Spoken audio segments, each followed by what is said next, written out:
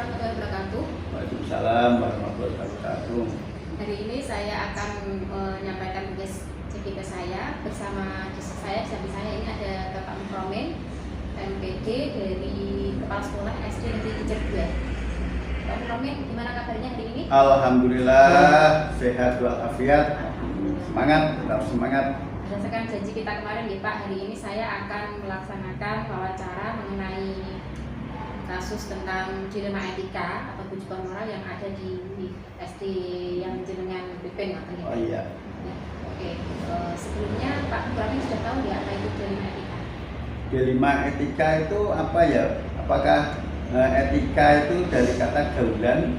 Dilema itu ada permasalahan, jadi pergaulan yang bermasalah, begitu. Oh iya, hampir mirip Pak. Sebenarnya di sini dilema etika itu pertentangan antara masalah yang sama-sama benar. Jadi itulah yang namanya dilema, dua masalah, tapi keduanya itu sama-sama benar gitu Pak.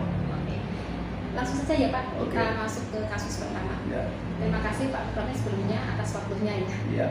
Ya, untuk pertanyaan pertama Pak, selama ini kira-kira bagaimana Pak Mukromen dapat mengidentifikasi kasus yang merupakan dilema etika atau bujukan moral Pak?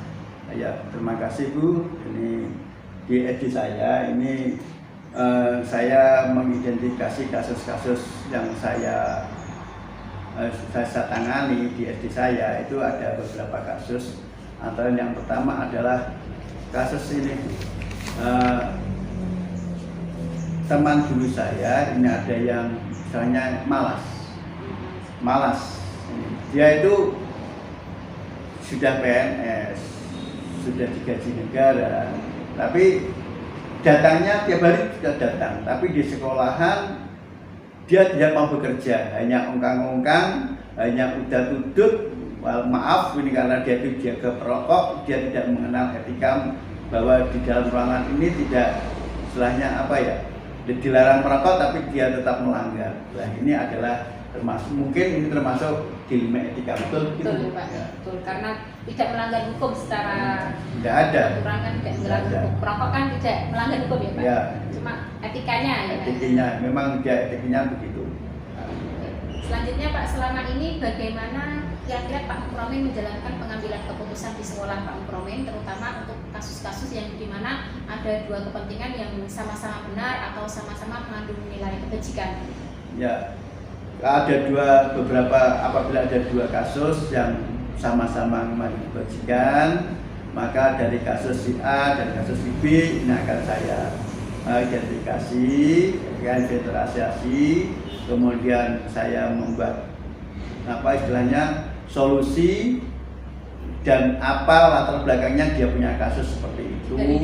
Jadi saya gali latar belakangnya apa, dia punya kasus seperti itu, dan setelah dia menjelaskan kasus-kasusnya, latar belakangnya dan sebagainya, maka akan saya memberikan contoh sebagai keputusan.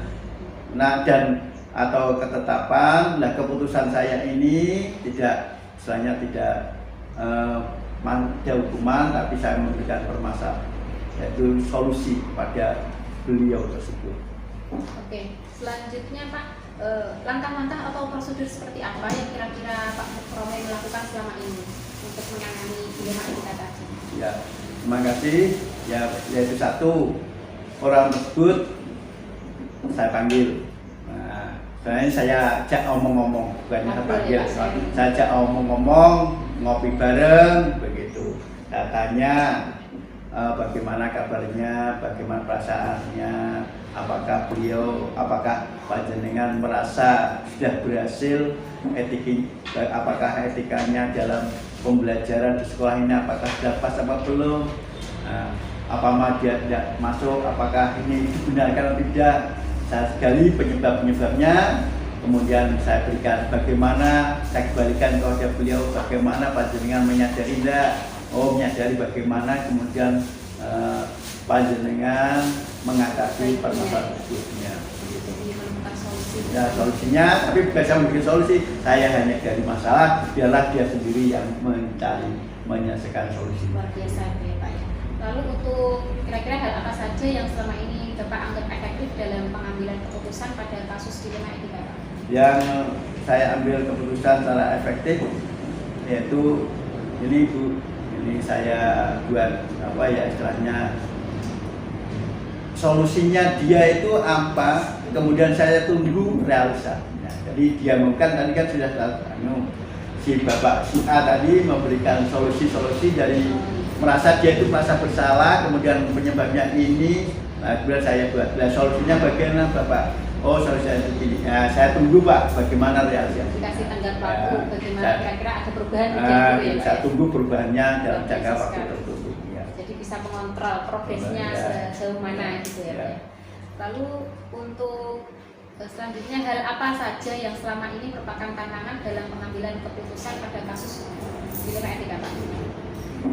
Tantangan dari keputusan tersebut dilema adalah ya memang ada tantangannya, yaitu terutama adalah mengambil hati, jangan sampai si A ini tadi tersinggung, merasa dimarahi, merasa dihakimi. Ini saya mengambil hati supaya itu, maka saya ajak ngobrol santai, istilahnya minum teh bersama. Ini adalah seperti itu langkah saya. Jadi Pak Mukram itu sersan, serius tapi santai. Jadi sersan, serius tapi santai. Jadi saya membuat orang tersebut tidak tersinggung, tidak merasa dihukum, tidak merasa di apa ya istilahnya dia atasan, secara atasan. Begitu Bu. Luar biasa sekali ternyata Pak Mukram itu sosok pemimpin yang sangat bijaksana sekali. Makasih Bu. Luar biasa sekali. Lanjut Pak. Selanjutnya, apakah Pak Mukromi memiliki sebuah tata kala atau jadwal tertentu dalam sebuah penyelesaian kasus dalam dilema etika? Apakah Pak Mukromi langsung menyelesaikan di tempat atau memilih sebuah jadwal untuk menyelesaikannya, bentuk atau prosedur seperti apa yang Bapak jalankan? Masalah jadwal memang tidak ada secara tertulis. Kondisional. Namun saya membuat istilahnya pembinaan atau menyelesaikan dilema kasus tersebut atau dilema etika, tapi adalah gini Bu, ada timbul sebuah kasus, maka 1 hari atau 2 hari kemudian dilema etika atau dilema etika tersebut saya buat saya selesaikan. Jadi entah 1 hari atau 2 hari, bahkan bisa juga hari itu juga saya selesaikan kalau terlihat bobot ringannya kasus dilema etika tersebut. Jadi memang secara tertulis tidak bisa karena belum timbul kasus kalau saya buat jadwal kan enggak. Jadi kondisional. Jadi saya buat jadwal itu setelah ada kasus baru 1 hari atau 2 hari sesuai dengan keadaan. Pantas lah, semakin cepat terselesaikan semakin baik gitu ya. Begitu, ya. Untuk kasusnya agar tidak berlarut-larut gitu ya Pak. Lalu kira-kira adakah seseorang atau faktor apa yang selama ini mempermudah atau membantu Pak Mukromi dalam mengambil keputusan dalam kasus dilema? Ya memang dari guru-guru ini memang sangat mendukung tindakan saya. Ini sebelumnya saya tanya, sebelum saya mengambil langkah atau menentukan jadwal itu saya tawarkan pada guru-guru yang lain, bukan si A tadi. Saya tanya pada gurunya, Pak, ini si A ini begini Pak. Ini lain bagaimana? Pak, ini Pak, ya itu diselesaikan Pak, segera diselesaikan. Lama diselesaikan, Bapak Ibu gimana? Mendukung enggak? Mendukung Pak. Umpama saya kesulitan bisa membantu, siap. Jadi guru-guru siap membantu. Nah, akhirnya saya secara nyantai, dia tidak merasa dipanggil oleh atasan, dimarahi atasan, akhirnya saya selesaikan seperti itu. Jadi secara terbuka, musyawarah, gitu ya Pak. Jadi sebelum saya mengambil, saya guru-guru saya berikan konfirmasi dulu, ini bagaimana kasusnya ini, saya mau istilahnya berbincang-bincang sama si A karena ini etikanya bagaimana, dilema etikanya adalah perlu diluruskan. Biasa sekali, saya dapat pengalaman baru. Lalu dari semua hal yang telah Pak Mukromi sampaikan tadi kan banyak sekali ya, termasuk etika, tantangan dan lain sebagainya. Pembelajaran apa yang kira-kira dapat Pak Mukromi petik dari pengalaman Pak Mukromi selama mengambil keputusan tentang dilema etika? Ya, terima kasih. Pembelajaran yang saya ambil dari dilema etika tersebut, memang saya juga menyadari saya sebagai pimpinan sekolahan mempunyai teman-teman kerja yang mempunyai berbagai masalah, mempunyai berbagai latar belakang masalah, penyebab masalah. Ini saya akan gali terus, tidak langsung sebagai pimpinan. Ada temannya yang mungkin di 5 etikanya kurang pas, langsung saya tegur, juga tidak. Saya hanya saya memanusiakan manusia, saya dengan pendekatan yang manusiawi pula, tanpa menyinggung perasaan, akan saya dekati. Saya tanya, umpama si B, kamu kok, Bapak tadi kok pinjernya terlambat ya, bagaimana yang tadi? Anu Pak, oh ya sudah, besok pagi tolong ya, Pak banding gembes Pak, dan sebagainya. Ini kan perlu, tidak bisa disengaja, maka tidak perlu istilahnya diberi hukuman lah begitu. Jadi oh begitu ya, nanti tolong kalau berangkat diawali, jangan sampai sebelum berangkat kontrol dulu ban-bannya ini. Jadi istilahnya tidak semuanya harus kamu seperti aturan, bisa lebih fleksibel gitu. Lebih fleksibel, menyesuaikan aturan yang ada. Apabila ada yang melenceng sedikit, saya luruskan dengan cara apa penyebab dia kok melanggar atau istilahnya membengkok, atau di 5 etikanya kok bengkok, saya buat istilahnya jalan keluarnya, solusinya bagaimana. Ini ya. Alhamdulillah yang dulu ya Pak, ya percakapan kita hari ini sangat luar biasa sekali, banyak pengalaman yang saya petik dari Pak Mukrome. Semoga saya bisa mengambil pelajarannya dan bisa bersikap lebih baik gitu ya Pak untuk kedepannya. Sekian dulu percakapan saya dengan Pak Mukrome. Saya Fidel Wardah, CGP Angkatan 7. Mohon maaf, mau undur diri dulu. Wassalamualaikum warahmatullahi wabarakatuh. Terima kasih Bu Siril, dan saya mohon maaf apabila jawaban-jawaban saya ada yang kurang berkenan, mohon dimaafkan. Wassalamualaikum warahmatullahi wabarakatuh. Sama-sama ya Pak, mohon maaf, mohon berdiri ya Pak ya. Assalamualaikum, Bunda Puji. Waalaikumsalam, Bu Novi. Waalaikumsalam, Mbak Siril. Bagaimana pun kabarnya hari ini? Alhamdulillah baik. Alhamdulillah. Bu Novi gimana? Baik juga kan? Iya, alhamdulillah baik. Masanya juga lancar. Iya. Bunda, mohon maaf sebelumnya mengganggu waktunya. Pada kesempatan ini kami berdua untuk memenuhi tugas CGP kami akan melakukan wawancara terhadap Bunda mengenai pengambilan keputusan tentang suatu permasalahan yang terjadi di SD Negeri Gajah Saka. Iya. Keputusan yang bagaimana? Keputusan tentang apa? Ini ada suatu kasus seperti itu, nanti untuk penyelesaiannya itu bagaimana? Ya namanya orang bekerja, kasus itu nggak mungkin lepas ya. Pasti selalu menjadi dalam setiap pekerjaan siapapun, itu termasuk lembaga yang notabene adalah lembaga pendidikan. Di mana lembaga pendidikan itu bukan hanya pendidikan itu saja, tetapi juga kita mengorganisasikan dari pendidik dari lembaga pendidikan itu. Ada beberapa kasus yang terjadi di sekolahan kami, itu baik yang terjadi di siswanya maupun terjadi antar guru dan PDK. Tentunya ketika kita mengambil suatu keputusan, kita akan berpikir dampak dari pengambilan keputusan tersebut. Jadi yang menjadi dalam itu adalah dampak. Apakah dampak itu nanti membuat akses yang buruk atau nanti membuat semuanya semakin menjadi baik, itu yang jadi pertimbangan. Jadi kita harus melihat masalahnya itu apa. Jadi kalau masalahnya berat, kita harus berkolaborasi dengan beberapa orang untuk menyelesaikan masalah.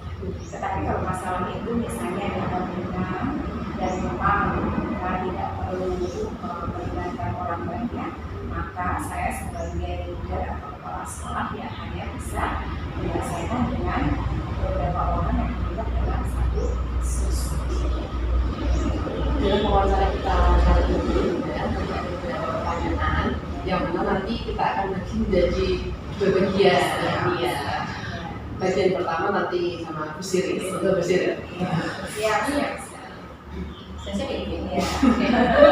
Maksud kita masuk ke pertanyaan pertama dari sini, selama ini bagaimana kira-kira Puji dapat mengidentifikasi kasus-kasus yang merupakan dilema etika atau rujukan moral di lingkungan Puji sendiri? Iya. Jadi kalau untuk dilema etika ya, dilema etika itu kan berarti kasus yang memang baik berbenturan dengan baik ya. Baik berbenturan dengan baik, tetapi kita juga harus pakai nilai rasa gitu ya. Ada beberapa faktor yang harus diperhatikan ketika mengambil keputusan dilema etika ya, dilema etika terus ya ikatnya. Ada beberapa faktor yang harus dipertimbangkan dalam pengambilan keputusan dilema etika. Jadi karena baik berbenturan dengan baik, otomatis kita harus berpijak pada kepentingan banyak orang gitu ya. Kalau kita hanya menggunakan nilai rasa pribadi, kadang-kadang apa yang kita putuskan juga akan tidak baik untuk yang orang lain atau bagi yang memang kasus juga gitu. Maka dari itu alangkah bijaknya manakala kita mengambil keputusan itu ya harus dengan kepala dingin dulu. Ditunggu situasinya seperti apa, kasusnya seperti apa. Seperti tadi saya katakan tadi, kalau memang butuh kolaborasi dengan orang lain, misalnya guru senior atau misalnya di kelas ya, kita butuh beberapa orang untuk berdiskusi atau sharing sebetulnya keputusan apa yang paling baik yang harus kita putuskan, kita ambil sehingga tidak menimbulkan ekses yang menimbulkan kasusnya jadi makin buruk gitu ya. Istilahnya meminimalkan resiko ya, meminimalkan resiko sehingga baik untuk semuanya. Tetapi dalam perjalanan saya bekerja sebagai kepala sekolah ya, jadi nilai rasa terus kesentuhan hati itu akan lebih mudah dalam mengambil keputusan daripada kita mengedepankan apa ya, benar salah itu ya, aturan gitu ya. Jadi pendekatan hati atau moral itu sangat penting. biasa sekali. Terus lanjut ke pertanyaan kedua ya. Iya. Selama ini bagaimana kira-kira Bu Puji menjalankan pengambilan keputusan di sekolah, terutama untuk kasus-kasus di mana ada dua kepentingan yang sama-sama benar atau sama-sama mengandung nilai kebajikan? Udah benar semua, sama-sama mempunyai nilai kebajikan, sebetulnya positif semua itu yang sangat-sangat sulit ya kadang-kadang kita untuk memutuskan itu. Tetapi kalau memang kita diwajibkan untuk memilih salah satu, saya yakin ada titik soal yang paling positif di antara keduanya. Iya, lebih unggul. Maka kita memutuskan ya memang itu tadi yang punya nilai positifnya lebih baik untuk lembaga, baik untuk yang mengalami kasus, baik untuk yang perlu keputusan gitu. Jadi ya kita pakai skala prioritas. Hanya bisa mengcover Bisa orang iya. Jadi tidak hanya segelintir orang atau segelintir apa ya, gitu. Jadi berpihak ke semuanya. istilahnya Bisa sama-sama diterima merasa oleh semua orang. luar biasa sekali Bu ya. Ternyata dan di sekolah itu sangat Sulit sulit. sekali. Apalagi di hadapan tadi ya namanya apa tadi? Dilema etika sama-sama benar, sama-sama benar gitu kan. Jadi pertimbangannya kadang-kadang kita nggak bisa menentukan sendiri loh kalau dilema etika seperti itu. Kita butuh orang lain untuk sharing, harus gitu. Untuk menguatkan argumen Iya. kita. Jadi kegiatan kolaborasi itu sangat penting dalam hal apapun termasuk pengambilan keputusan. Karena dua kepala masing-masing Iya, betul. betul. Lanjut lagi ya. Iya. Selanjutnya untuk langkah-langkah atau prosedur seperti apa yang biasanya Bu Puji lakukan selama ini dalam Iya, jadi identifikasi permasalahan dulu. Jadi setiap ada permasalahan kita tidak boleh langsung menyelesaikan. Identifikasi dulu, kemudian langkah-langkah apa yang harus kita ambil itu kita bikin list, kemudian siapa saja yang akan kita libatkan dalam pengambilan keputusan. Jangan sampai yang namanya lembaga itu kita memutuskan segala sesuatu atau hal apapun itu sendiri, karena akan tidak apa yang namanya tidak populis nanti. Oh itu kan tidak kepala sekolah sendiri, Terkesan otoriter. Iya, terkesan otoriter. Padahal zaman sekarang tidak. demokratis Iya, bisa dong sekarang otoriter. Mungkin zaman dulu iya, zaman penjajahan. Kalau zaman mereka seperti ini, musyawarah mufakat adalah hal terbaik. Identifikasi dirinya. Iya. Selanjutnya untuk kira-kira menurut hal apa saja yang selama ini Uji anggap efektif dalam pengambilan keputusan pada kasus-kasus dilema etika? Hal yang selama ini efektif Efektif ya. Dialog, pendekatan hati. face to face gitu ya. Dialog, pendekatan hati. Gitu. Karena kadang-kadang yang punya kasus itu tidak merasa, tidak masalah sebetulnya gitu. Jadi harus ketemu face to face, kemudian pendekatan dengan hati gitu ya. Jadi banyak hubungan itu nanti kesannya takut kalau pakai aduan ajaran harus seperti ini. Nah itu nanti kesannya takut. Tetapi kalau dengan dialog, saya yakin itu keputusannya akan memuaskan semua. Jadi dampak pendek dan jangka panjangnya akan berubah gitu ya, bermanfaat bagi semua orang. Oke, mungkin saya sudah cukup kira-kira. Oh iya, sekali Iya. seru sekali sih ya. Pertanyaan selanjutnya ya, mungkin hal-hal apa saja yang selama ini merupakan tantangan dalam pengambilan keputusan pada kasus-kasus dilema etika? Tantangannya apa? Tantangannya adalah kadang-kadang yang kita anggap itu punya nilai positif lebih, tetapi yang bersangkutan kadang-kadang enggak loh Bu, ini loh yang benar sebenarnya saya menghadapi seperti itu pun ada. Karena apa? Jiwa rasa seseorang itu ngerti gitu ya, berbeda antara orang sama dengan orang lainnya. Kadang-kadang kita sudah putuskan ini loh baiknya, coba deh identifikasi baiknya sama buruknya SSC ya, sama bagus mana gitu. Kadang-kadang itu yang tidak bisa diterima gitu.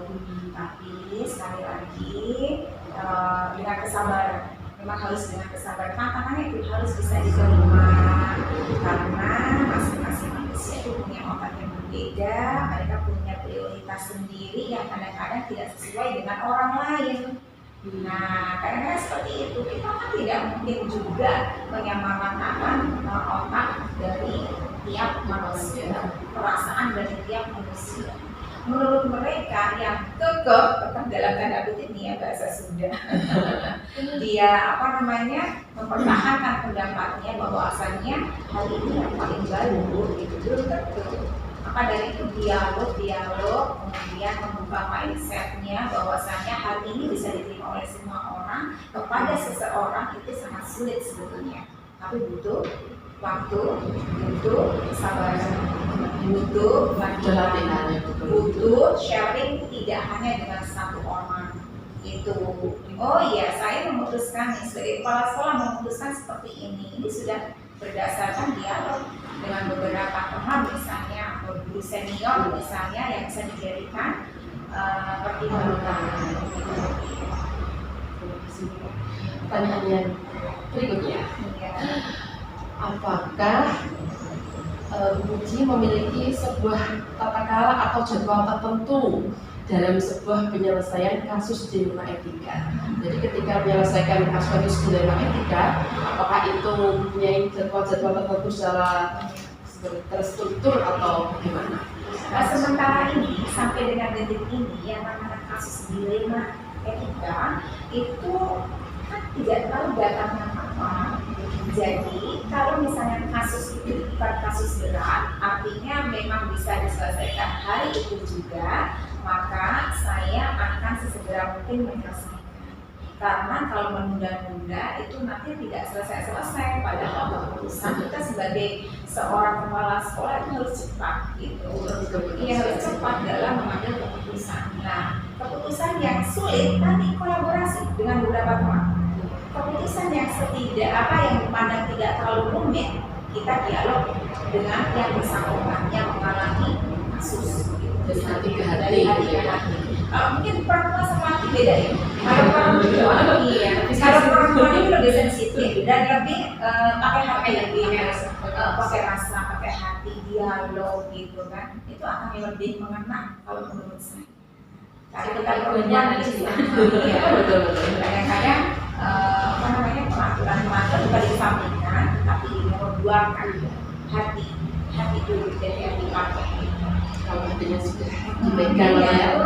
apa nanti bisa meeting seperti itu ya Bunda ya. Iya. Kemudian, adakah seseorang atau faktor-faktor apa yang selama ini mempermudah atau membantu Bunda dalam mengambil keputusan dalam kasus-kasus dilema? Ya ada dong, sudah saya sampaikan dari awal, saya tidak bisa bekerja sendiri gitu ya. Yang namanya seorang kepala sekolah itu dilingkupi oleh beberapa orang teman dalam pekerjaannya, dan kepala sekolah itu pasti mengerti apa namanya tiap guru punya kelebihan kemampuan. Nah ini diajak sharing perkara ini, ini bisa diajak sharing perkara ini. Jadi nggak mungkin saya tidak punya tim atau teman dalam mengelola sebuah lembaga, termasuk dalam pengambilan sebuah keputusan gitu. Jadi harus ada, dan siapakah itu? Semua teman-teman guru dengan porsinya masing-masing. Beda-beda sesuai dengan porsinya seperti itu. Iya, gitu. Ya, ini pertanyaan yang terakhir, sangat luar biasa sekali apa yang sudah dilakukan di sekolah ini. Dari semua hal yang telah disampaikan, pembelajaran apa yang dapat Ibu petik dari pengalaman dalam pengambilan keputusan dilema? Banyak sekali itu pembelajaran ketika kita menyelesaikan kasus di rumah etika, itu banyak banget. Karena sama-sama benar gitu. Yang pertama, pembelajarannya adalah betapa kita butuh kesabaran ketika untuk memilih dua hal yang memang betul-betul sebetulnya tidak bisa dipilih salah satu gitu. Tetapi kita diwajibkan harus memilih. Jadi butuh kesabaran. Yang kedua, dialog intens dengan siapapun yang mengalami kasus supaya cepat selesai. Yang ketiga, bisa diterima oleh semua orang. Kita harus melihat apakah yang saya ambil dalam keputusan ini itu konklusi. Artinya semua teman-teman yang ada di instansi kita itu bisa menerima. Yang keempat, pikirkan tidak ada ekses apapun, tidak ada sisi negatif apapun. Seminimal mungkin, kalau bisa jangan sampai ada. Ambil keputusan dan itu semua baik. Tidak ada di belakang hari terus ada sisi-sisi negatif yang tersisa. Gitu. Nanti akan menimbulkan masalah baru. Soalnya jadi itu. Win-win solution ya. Iya, gitu ya. Bahasa kerennya. Iya, jadi seperti itu. Itu Bu Novi, Bu Siril. Jadi tentang dilema etika ini memang sangat sulit sebenarnya. Karena harus memilih di antara dua hal yang memang betul-betul baik semua, tetapi kita dihadapkan ini loh dari dua hal baik semua masih ada yang lebih baik dengan beberapa pertimbangan, dengan beberapa masukan dari teman sejauh kita tidak boleh bekerja sendiri, kita tidak boleh bekerja sendiri karena sebuah pengaruh itu akan sampai pada berlayar, akan sampai pada berlabuh berjuang itu pasti tidak sendiri. Tidak hanya mengandalkan angin saja, kan gitu toh. Iya, itu harus kerjasama sampai tujuan yang sama itu bersama ya. Belum serius? Luar biasa. Sebenarnya pengen lebih dulu, tapi karena kita terbatas dengan waktu biasa. Next time kita mau Iya, jangan santai ya, kita sharing.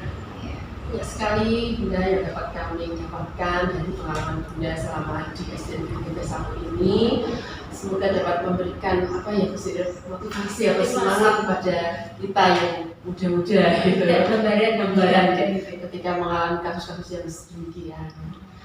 Begitu saja dari kami. Terima kasih sekali atas waktu yang telah diberikan. Dan assalamualaikum. Waalaikumsalam warahmatullahi wabarakatuh. Terima kasih sekali juga Bu Novi, Bu Siril. Maju terus, sukses buat panjenengan sebagai generasi muda mencerdaskan kehidupan bangsa ya. Oke.